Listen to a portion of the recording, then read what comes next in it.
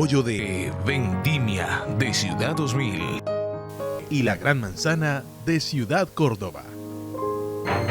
Buenas tardes. Los puentes peatonales que conectan a la comunidad con diferentes edificaciones esenciales como hospitales, escuelas, parques, están en muy mal estado. En Cali recorrimos algunos de los puntos más críticos y encontramos puentes que ya son prácticamente intransitables. Series Noti5 con Kelly Giraldo.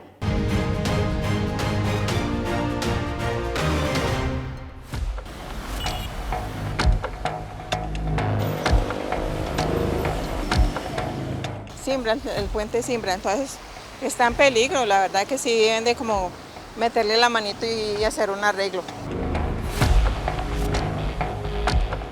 A diario, cientos de personas deben transitar por puentes peatonales como este que ustedes pueden ver al fondo. Sin embargo, cada día se nota que la estructura está más deteriorada. Y es que lo que debería representar seguridad para los peatones hoy representa un peligro. Barandas corroídas por el óxido, grietas que atraviesan el concreto, estructuras metálicas deterioradas y puentes cerrados al paso. Este es el estado en que se encuentran puentes peatonales en distintos sectores de la ciudad, una problemática que se ha convertido en una preocupación permanente para los caleños.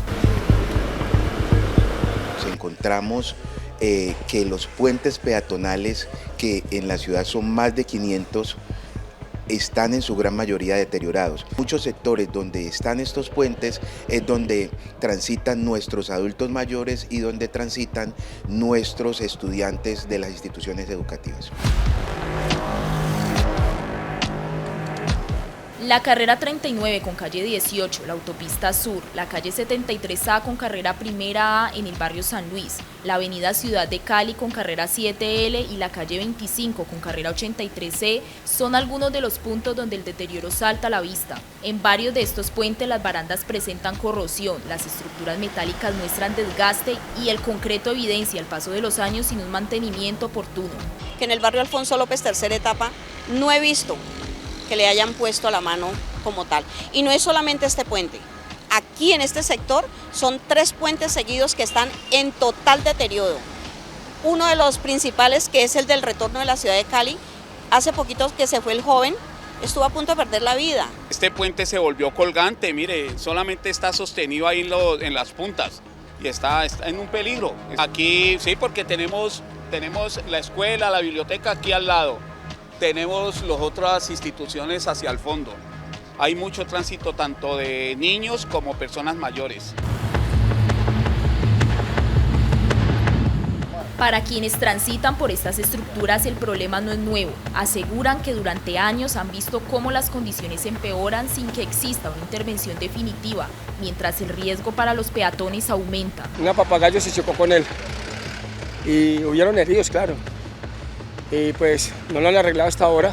Estamos esperando que lo arreglen para poder pasar a los peatones, ¿no? Están bien dañados y eso pues perjudica el paso de los peatones. A veces las motos también se meten por ahí. Pero el deterioro no es la única preocupación. Alrededor de varios puentes también se ha instalado otro problema, la inseguridad. Habitantes en condición de calle ocupan los espacios bajo las estructuras. La iluminación es insuficiente durante la noche y, según denuncian los ciudadanos, algunos motociclistas utilizan los puentes peatonales como vías de circulación, poniendo en riesgo a quienes los cruzan caminando. Yo no veo por esta vista y también esto es una oscuridad, esto es oscuro. Y ahora estos huecos, ¿por qué? ¿Por qué no arreglan? Y es más que estos de la moto, no esperan que uno pase ni nada, sino que... Súper malo, mire.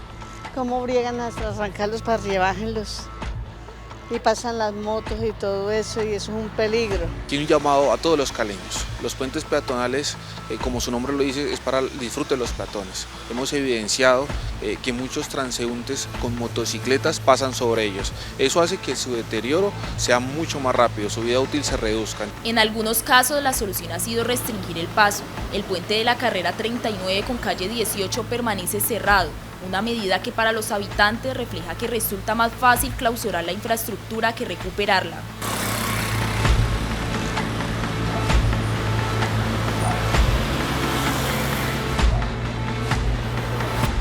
La idea no es cerrar los puentes como tal, como hemos visto en algunas imágenes de redes sociales que se han dado en la ciudad, sino que estos puentes puedan ponerse a disposición de la ciudadanía. Frente a este panorama, la Administración Distrital asegura que ya cuenta con un plan para intervenir varios puentes peatonales de la ciudad. La Secretaría de Infraestructura sostiene que existen recursos destinados para su recuperación y explica que el deterioro es consecuencia de años de rezago en el mantenimiento de estas estructuras. Los puentes peatonales tienen un retraso de su mantenimiento, de su rehabilitación, de su reconstrucción. Hemos trabajado en mesas conjuntas para identificar los problemas de cada uno de los puentes. Los puentes hay unos que se necesitan rehabilitarlos, otros reconstruirlos y otros hacer un mantenimiento. Mientras las intervenciones se anuncian, quienes utilizan estos puentes todos los días esperan que las obras pasen del papel a la realidad. Su llamado es claro, que el mantenimiento deje de ser una promesa y se traduzca en estructuras seguras, funcionales y dignas para los miles de ciudadanos que dependen de ellas cada jornada. La comunidad hace un llamado urgente a las autoridades competentes para que intervengan en este tipo de puentes peatonales que a diario ponen en riesgo la vida de las personas. Este es un informe de Kelly Giraldo para Noti5, el noticiero de mayor trayectoria en el país.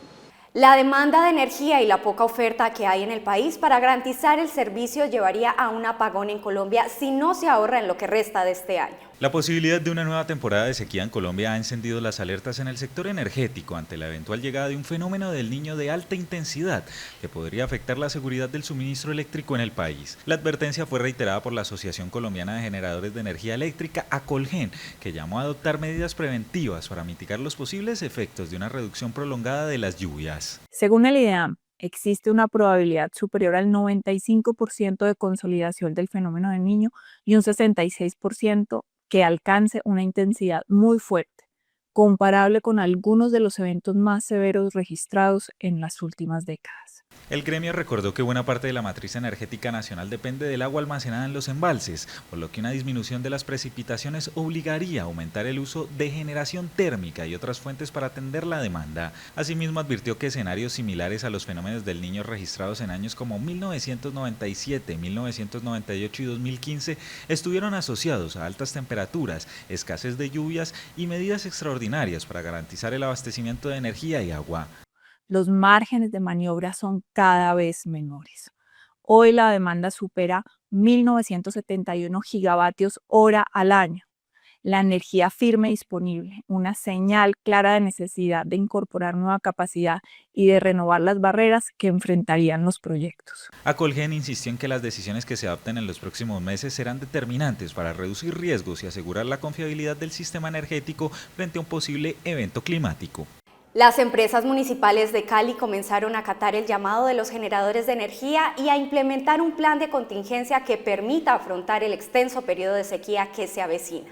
Las altas temperaturas registradas en las últimas semanas en Cali han provocado un incremento cercano al 2% en el consumo de energía, según informó EMCALI, que mantiene el monitoreo permanente del comportamiento de la demanda en la ciudad.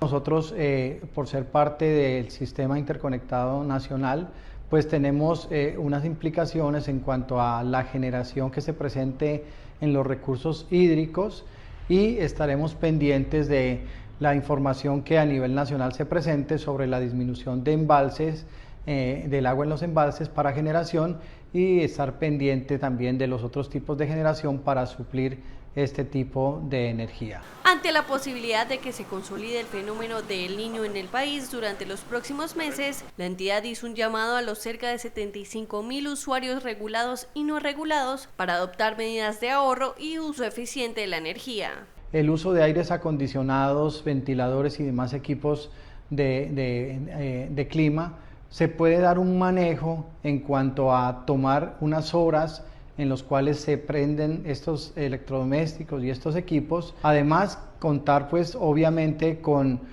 ahorro de energía en los demás electrodomésticos que se puedan presentar. La situación coincide con recientes advertencias realizadas por representantes del sector energético nacional sobre los retos que podrían enfrentar los sistemas de generación y suministro ante un aumento sostenido de temperaturas y una eventual reducción en los aportes hídricos. La Secretaría de Salud del Valle reveló el peor panorama que hasta ahora tiene el sistema de salud en el departamento. Hay muertes por desatención y los servicios ambulatorios no se están atendiendo. La crisis de la salud en el Valle del Cauca amenaza con agravarse debido a que hospitales y clínicas advierten que podrían verse obligados a cerrar servicios en los próximos días por falta de recursos para atender a los pacientes afiliados a varias EPS intervenidas por el gobierno nacional. Según la Secretaría de Salud Departamental, de los cerca de 789.000 millones de pesos que debían girarse durante mayo y junio a la red hospitalaria de la región, solo han sido desembolsados 289.000 millones. Esto deja un déficit cercano a los 500.000 millones de pesos. La crisis del Valle del Cauca ya en salud, pues como lo decía, está en cuidados intensivos.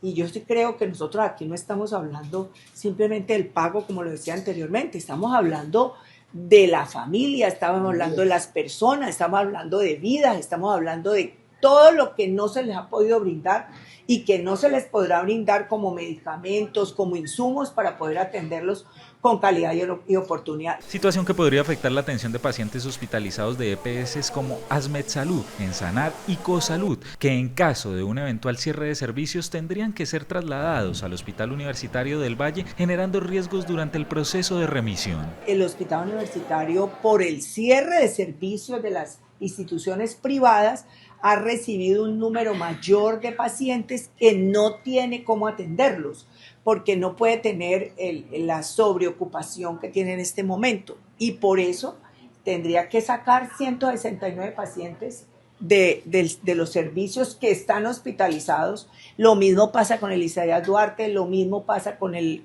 San Juan de Dios y también con el Club Noel. Pues esto es gravísimo para la gente, para las familias. Desde el sector salud insisten en que la crisis ya no solo se refleja en las dificultades financieras de hospitales y clínicas, sino también en el aumento de barreras para que miles de pacientes accedan de manera oportuna a los servicios médicos que requieren. Y para completar este crítico panorama, se están aplazando aún más las citas con especialistas de 6 meses a 1 año. El llamado es además a consignar los recursos para pagar al personal de la salud. Acceder a una cita con un médico especialista se ha convertido en un desafío para miles de pacientes en el Valle del Cauca. Como consecuencia de la crisis financiera que atraviesa el sistema de salud, algunos usuarios están recibiendo asignaciones para dentro de 6 meses e incluso hasta 1 año. La situación ha generado una fuerte congestión en la prestación de los servicios, incrementando las listas de espera y dificultando el acceso oportuno a consultas, procedimientos y tratamientos que en muchos casos requieren atención sin demoras. Ya tenemos barreras de acceso en la atención ambulatoria. No se pueden estar atendiendo todos los pacientes y tenemos citas que están a 3, a 6, a 1 año, citas de especialista. Por eso es que con el departamento hacemos desconcentración de servicios para tratar de disminuir el efecto negativo. Pero además las cirugías se empiezan a aplazar y los pacientes que llegan en altísima gravedad son los que tienen que ser privilegiados. Algunas instituciones aseguran que para evitar suspender la atención a los pacientes podrían verse obligadas a utilizar recursos destinados al pago de médicos y demás trabajadores de la salud, con el fin de mantener en funcionamiento los servicios, una medida que esperan no tener que adoptar. La afectación no es solo de los hospitales, sino de las clínicas más grandes del departamento. Valle del Lili, Occidente, Remedio, Farallón, todos tienen una disminución de los pagos y eso es lo que hace esta problemática tan inmensamente grande. Cada vez vamos a tener más barreras de acceso para los pacientes ambulatorios y tenemos una dificultad enorme con los pacientes hospitalarios. Insisten en que si el gobierno nacional no realiza los giros pendientes a las EPS intervenidas, la congestión continuará aumentando y las demoras en la atención podrían afectar a un número cada vez mayor de pacientes en el departamento. La gobernadora del Valle del Cauca le pidió al Ministerio de las TIC desactivar una emisora clandestina que utilizan las disidencias de las FARC para reclutar menores en Palmira.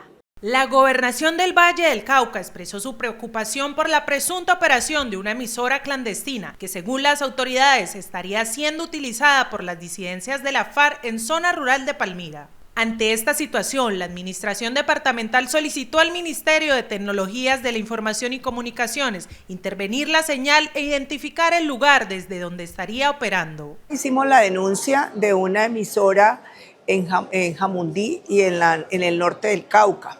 Nosotros lo que hablamos fue con el Ministerio de TICS y pues por supuesto con las investigaciones de la Fuerza Pública para que lograran identificar dónde estaba la emisora y pues por supuesto el Ministerio TICS, que hace todo el trabajo electromagnético, pues suspender este tipo de acciones y punir a esas personas.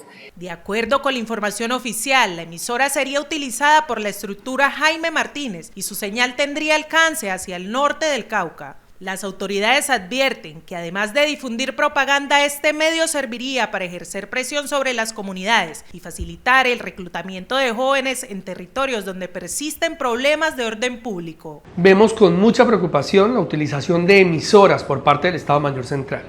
No solamente la presencia armada genera control a las comunidades, la utilización del espectro electromagnético que depende del gobierno nacional y que es su responsabilidad administrarlo y manejarlo, pues ahora también que las disidencias de las FARC no solamente utilizan redes sociales para reclutar, sino también emisoras radiales para lograr llegar a los vallecaucanos.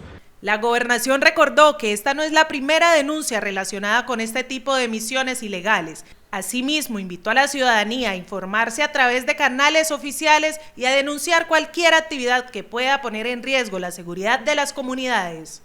Un escándalo se desató en Colombia luego de un audio revelado por Noticias Caracol en el que se escucha a integrantes del gobierno con cabecillas del Clan del Golfo comprometiéndose a congelar operaciones y a disminuir la acción de la fuerza pública en los territorios que ocupan. El que podría convertirse en el último gran escándalo del gobierno de Gustavo Petro estalló a pocas semanas de terminar su mandato después de que una investigación periodística divulgara audios que darían cuenta de los primeros acercamientos entre el gobierno nacional y el Clan del Golfo, revelación que ha generado nuevas controversias sobre el alcance de la política de paz total. Hubo espionaje y filtración de información clasificada, confidencial del Estado. Se violó nuestra seguridad y defensa nacional, entre traición a la patria y otros delitos penales. Según lo revelado durante esas conversaciones, se habrían planteado posibles compromisos y medidas que hoy son objeto de cuestionamientos por parte de distintos sectores políticos y analistas de seguridad, quienes consideran que algunas de ellas podrían haber favorecido a esta estructura criminal. El Estado colombiano está al servicio de los criminales. Los videos y las conversaciones reveladas nos confirman que el pacto de la picota fue la hoja de ruta para entregarle el país al bandidaje. La Paz Total desmanteló la inteligencia militar, maniató a nuestra fuerza pública y permitió que los bandidos se tomaran el control del territorio, financiando campañas políticas con dinero del narcotráfico. Petro y su comisionado de paz, Danilo Rueda, le deben responder a la justicia por haber vendido la seguridad de los colombianos. Entre los aspectos que han generado debate figuran eventuales restricciones a determinadas operaciones militares, la suspensión de acciones ofensivas y otras decisiones que, según los críticos de la estrategia, habrían incidido en la capacidad del Estado para enfrentar a este grupo armado organizado. Cuando revienta el mayor escándalo que había conocido la Paz Total, que muestra que ese proyecto de Iván Cepeda, que él era el coordinador y el papá, era un mecanismo mediante el cual el gobierno pactó con los grupos ilegales el congelamiento de las Fuerzas Armadas, sacar a los miembros que daban resultado contra los violentos y desactivar las capacidades de inteligencia del ejército y la policía. Las revelaciones surgen en un contexto en el que las autoridades han advertido sobre la expansión de la presencia del Clan del Golfo en varias regiones del país y sobre el fortalecimiento de sus actividades ilícitas, factores que mantienen la preocupación en materia de seguridad. Era una estrategia para la impunidad. Es despreciable que se haya cobrado la vida de militares, de policías, atentados terroristas, que se haya sacado de la línea de mando a varios generales y coroneles solamente para complacer a un grupo criminal. La paz no se puede construir debilitando el Estado y fortaleciendo a la ilegalidad. El contenido reabre la discusión sobre los resultados de la política de paz total y su impacto en la reducción de la violencia, ya que los beneficios hablados durante los acercamientos no se tradujeron en una reducción efectiva de la violencia, sino por el contrario, enviaron señales de debilidad frente a organizaciones que nunca dejaron las armas ni sus actividades criminales. Se renovó por 5 meses el Fondo Nacional del Café, garantizando el manejo de los recursos de 550.000 familias que viven del cultivo en el país. Después de varios meses de diferencias entre el Gobierno Nacional y la Federación Nacional de Cafeteros, ambas partes alcanzaron un acuerdo que evita, por ahora, un escenario de incertidumbre para más de 550.000 familias que dependen de la caficultura en Colombia. El acuerdo contempla la prórroga por 5 meses del contrato mediante el cual la Federación administra los recursos provenientes de las exportaciones de café. La decisión se conoce a pocos días del vencimiento del convenio actual, previsto para el próximo 7 de julio, y busca garantizar la continuidad de las actividades. Se comprende, la parafiscalidad es un ahorro colectivo que hacen los mismos cafeteros para cuidar, digamos que el sector. Esa parafiscalidad del sector cafetero pone plata del propio bolsillo de los cafeteros para financiar esos bienes públicos exclusivos del sector. Con esta extensión se pretende asegurar la continuidad de programas fundamentales para la caficultura colombiana. Además, se plantea fortalecer la incorporación de nuevas tecnologías que contribuyan a mejorar la productividad y la competitividad de los productores. La investigación científica, la extensión rural, la promoción de la marca Café de Colombia y la garantía de compra se mantengan y el cafetero tenga esa certeza que solo tiene el cafetero colombiano en el sector cafetero mundial. El propósito de las conversaciones que continuarán durante los próximos meses será construir un nuevo contrato que responda a los desafíos actuales del sector cafetero, sin afectar los servicios y beneficios que reciben los caficultores en todo el territorio nacional. La Superintendencia de Sociedades ordenó la liquidación del ingenio La Cabaña, uno de los más importantes de la región y que venía presentando problemas financieros. La crisis financiera de una de las organizaciones empresariales más tradicionales de la región terminó en un proceso de liquidación judicial, luego de que sus pasivos superaran 1.2 billones de pesos y comprometieran la viabilidad de sus operaciones. Según la información conocida, los intentos por mantener la actividad mediante anticipos comerciales y aportes de capital de los socios no fueron suficientes para superar los problemas de liquidez. La situación derivó en retrasos en el pago de las obligaciones laborales y financieras, afectando de manera progresiva el funcionamiento de las compañías involucradas. El proceso que hoy inicia estará orientado a preservar el valor de los activos, asegurar la transparencia de las actuaciones y brindar certeza a todos los interesados sobre la forma en que se administrará y liquidará el patrimonio de las sociedades. Entre las causas que profundizaron la crisis se encuentran el desbalance financiero registrado desde el segundo semestre de 2025, las afectaciones ocasionadas por el fenómeno de la niña en la productividad de los cultivos de caña y el incremento de los costos operativos. La decisión genera preocupación por su impacto social y económico, ya que pone en riesgo cerca de 1.700 empleos directos y alrededor de 3.600 puestos de trabajo indirectos que dependen de la actividad de estas empresas. La Superintendencia de Sociedades ordenó medidas cautelares sobre los bienes de las compañías y designó a un liquidador, quien tendrá la responsabilidad de administrar el patrimonio, valorar los activos y coordinar su venta o adjudicarlos para atender las obligaciones pendientes con los acreedores. Así llegamos al final en Noti5, los esperamos el próximo martes a las 8 de la noche. No olviden suscribirse a nuestro canal de YouTube y visitar nuestra página web noti5.tv, porque recuerde, estar bien informado le permite tomar buenas decisiones. Feliz puente festivo. Con el apoyo de Vendimia de Ciudad 2000 y La Gran Manzana de Ciudad Córdoba.